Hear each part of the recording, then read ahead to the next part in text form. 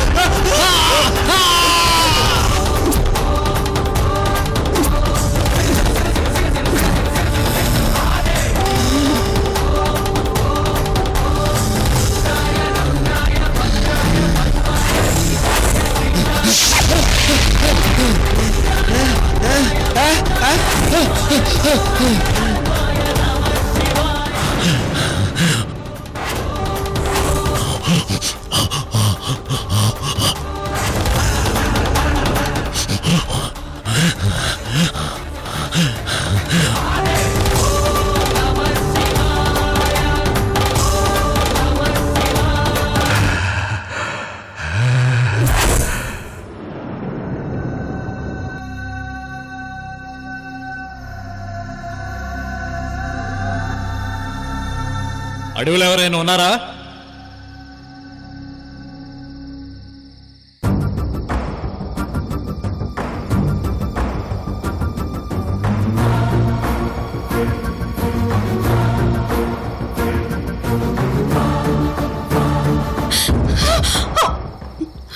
Sir sir అక్కడ నా friends 5 మంది.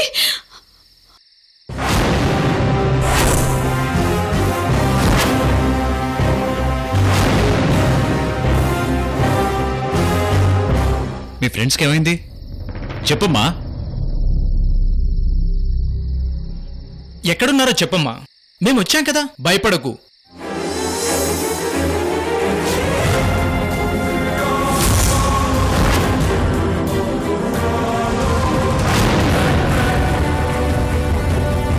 ఏమైందమ్మా, మాట్లాడు.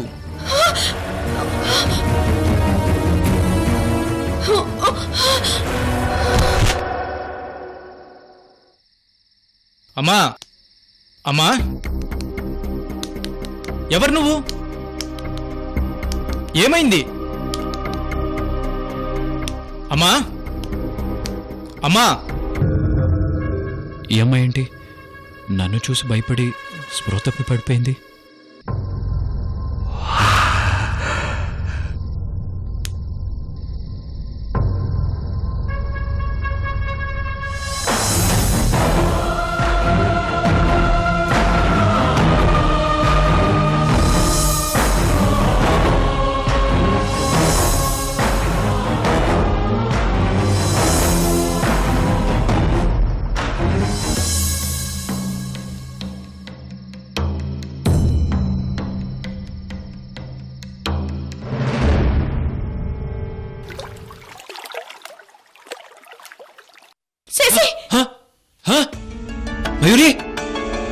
ఏమైంది? ఏం లేదు, స్పృహ తప్పి పడిపోయారు. రే కర్రోడా, నిజం చెప్పరా, నువ్వు నైట్లో వచ్చి లెఫ్ట్లో పడుకున్నావా రైట్లో పడుకున్నావా? సార్ మీరెందుకంత అనుమానం పడతారో? అంటే నీ బుగ్గల మీద లిప్స్టిక్ గుర్తులు ఉన్నాయి కదా. శశి, అబ్బా, క్లారిఫై చేసుకోవాలంటే తప్పదు మయూరి. లెఫ్ట్. అంటే నా వైపు? No, right. అంటే మయూరి వైపు. శశి, ఓకే ఓకే, ప్లీజ్ కాస్త ఓపిక పట్టు Mayuri. Left right, left right, left right, right left. Idea. రేయ్, మా జీవితాలు తలకిందులు చేయకురా. రేపు నైట్ కూడా మీరిద్దరు నా రూమ్ లోనే పడుకోండి. పడుకుంటే మళ్ళీ సెకండ్ షో ఊపిరి సినిమాకి పోయి పుల్లు వేసుకుని వస్తాను. అప్పుడు నేను ఎటువైపు పడుకుంటే. రేయ్ నిన్ను. సార్ సార్ సార్ వదిలేయండి సార్, నాకు కొంచెం టైం ఇవ్వండి, గుర్తు చేసుకొని చెప్తాను. శశి, నువ్వు కిందకి రా, చెప్తాను. రే కర్రోడా, అసలు ఏం జరిగిందో చెప్పరా. సార్ తాగిన మొత్తంలో ఏం జరిగిందో నాకేం తెలుస్తుంది? అంటే నువ్వు రైట్ సైడ్ పడుకున్నావా? అదేనండి గుర్తుకు రావటం లేదు, చెప్తాను కదా, కాసేపు ఆగండి.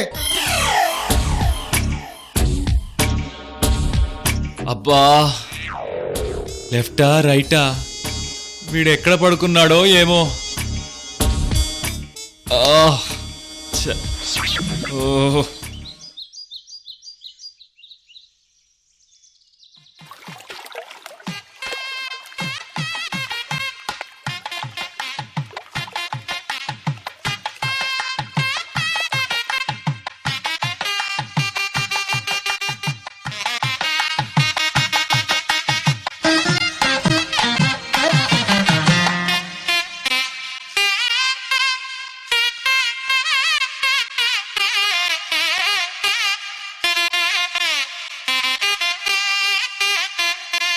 అమ్మయ్యా దొరికావా అర్ధనారీశ్వరుడా, విడివిడిగా వెతికాను ఒక చోటే కలిశారా. అమ్మమ్మ అమ్మయ్యా దొరికావా అర్ధనారీశ్వరుడా, విడివిడిగా వెతికాను ఒక చోటే కలిశారా.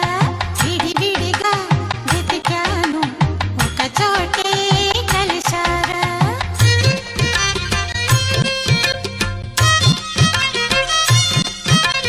అమ్మేమో విల్లంట, అయ్యేమో అమ్మంట, గురి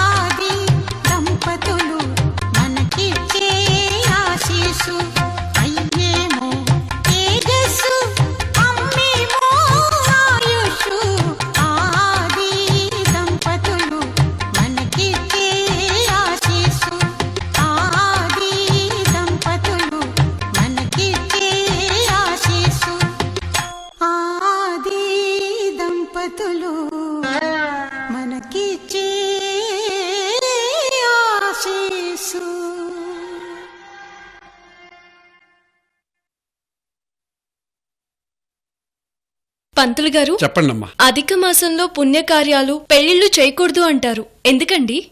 అమ్మా, అధిక మాసం అంటే సాక్షాత్తు పురుషోత్తమ మాసం. అంటే స్వయానా ఆ విష్ణుమూర్తి ఇంటింటికి సంచరించే మాసం.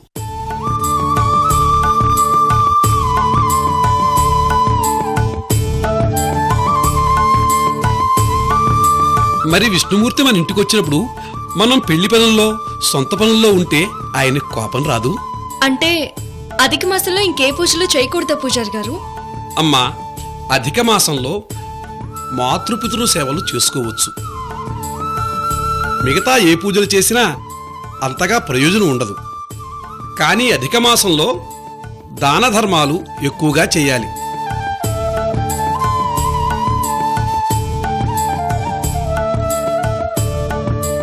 గుమ్మడికాయను సువర్ణంతో కాని అరటిపళ్లతో కాని కలిపి బ్రాహ్మణోత్తముడికి కాని లేదా ముత్తైదువుకు కాని దానం చెయ్యాలి.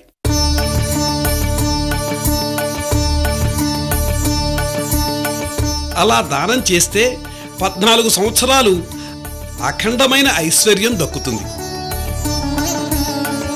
అంతేకాదు, ఆషాఢమాసంలో వచ్చే అధిక మాసంలో దానం చేస్తే మన పిల్లలు భవిష్యత్తులో కరువు కాటకాలకు లోనవ్వకుండా ఉంటారు. అంతేకాదు, అల్లరి చిల్లరగా తిరిగే పిల్లలు, తల్లిదండ్రుల మాట వినని పిల్లలు కూడా ఈ దానం వల్ల దారిలోకొస్తారు.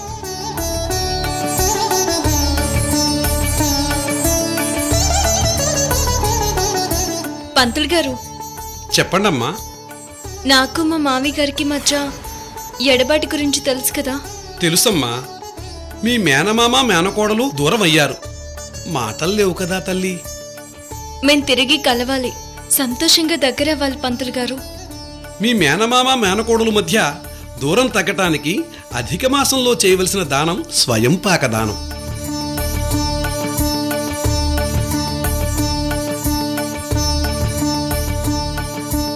స్వయంపాక దానం అంటే బీద బ్రాహ్మణుడికి పప్పు, ఉప్పు, పాలు, పెరుగు దానంగా ఇవ్వాలి.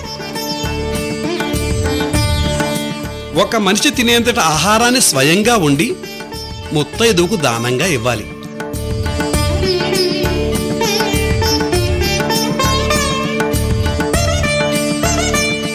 అదే స్వయంపాక దానం. అంతేకాదమ్మా, మరికొన్ని చోట్ల అధిక మాసంలో 33 అరిసెలు ముత్తైదువులకు దానంగా ఇస్తారు. 33 అరిసెలు ఎందుకు పంతులు గారు? అమ్మా, మన దేహంలో 32 శక్తులుంటాయి. అంటే ఈ మాయలు దేహం నుండి దాటి 33వ మాయ అంటే అమ్మవారన్నమాట.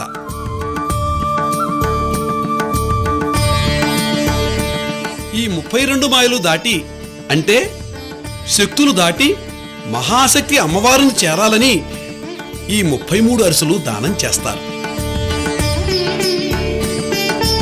దీన్నే శ్రీ కైవల్యము అంటారమ్మా.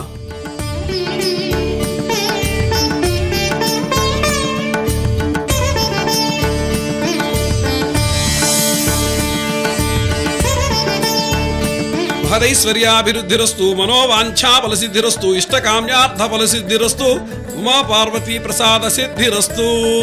ఓం సత్యోజాతం ప్రపద్యామి సత్యోజాతాయ వై నమో నమః. భవే భవేనాతి భవే భవస్వమాం భవోద్భవాయ నమః. వామదేవాయ నమో, జ్యేష్ఠాయ నమః, శ్రేష్ఠాయ నమో, రుద్రాయ నమః, కాలాయ నమో, కలవికరణాయ నమో, బలవికరణాయ నమో, బలాయ నమో, బలప్రమదనాయ నమః, సర్వభూత దమనాయ మనో మనోన్మనాయ నమః. ఓం శాంతి శాంతి శాంతి. స్వయంపాకదాన ఫలితమస్తు. ఆయురారోగ్యైశ్వర్యాభివృద్ధిరస్తు, మనోవాంఛా ఫలసిద్ధిరస్తు, ఇష్టకామ్యార్థ ఫలసిద్ధిరస్తు.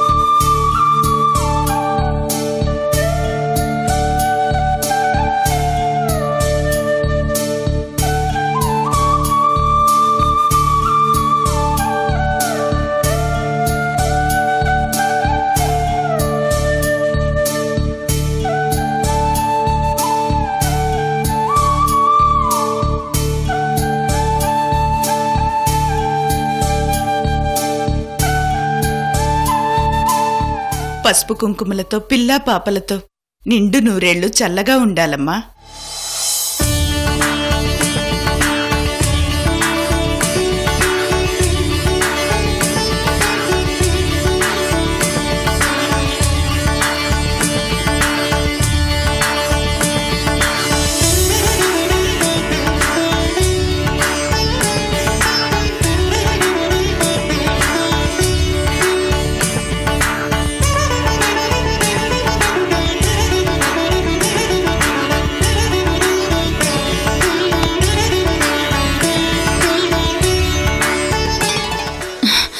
కృష్ణవేణి, నీతో విషయం చెప్పాలి. ఏంటది చిన్నత్తయ్య? ఆఫీస్లో ₹1,00,00,000 విషయంలో నన్ను క్షమించు.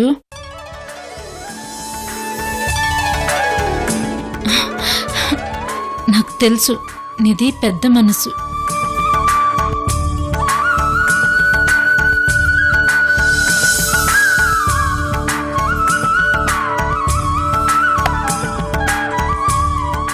అక్క, మళ్ళీ నేను ఇంట్లో అడుగు పెట్టేది ఎప్పుడో తెలుసా?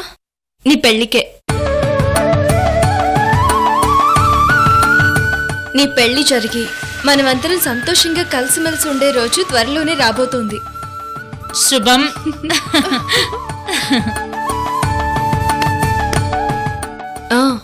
ఆనంద్కి ఫోన్ చేయడం మాత్రం మర్చిపోకు. అలాగే కృష్ణవేణి.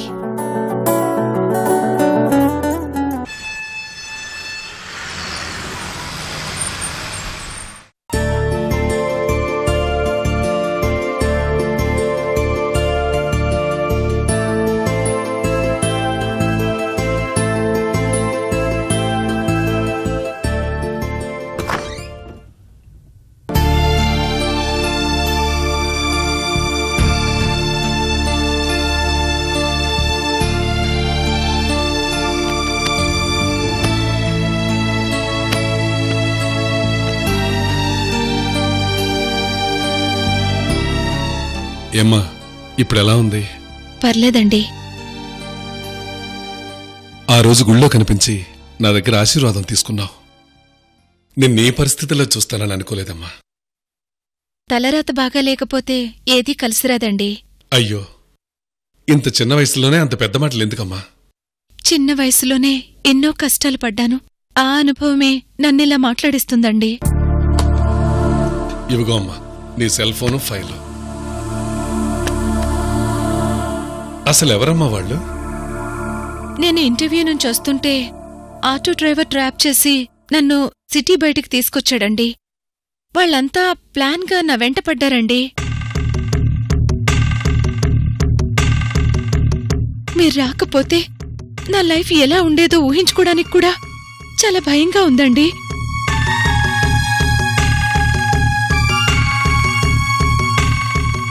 నీ పరిస్థితి ఆ ఇంటర్వ్యూ ఆఫీస్కి ఫోన్ చేసి చెప్పమ్మా. జాయినింగ్ టైం అయిపోయింది. ఆ ఉద్యోగం మీద ఆశలు లేవు. సరేనమ్మా, మీ వాళ్ళకైనా ఫోన్ చేసి క్షేమంగా ఉన్నానని చెప్పమ్మా. నాకెవ్వరూ లేరండి. నేను అనాథను.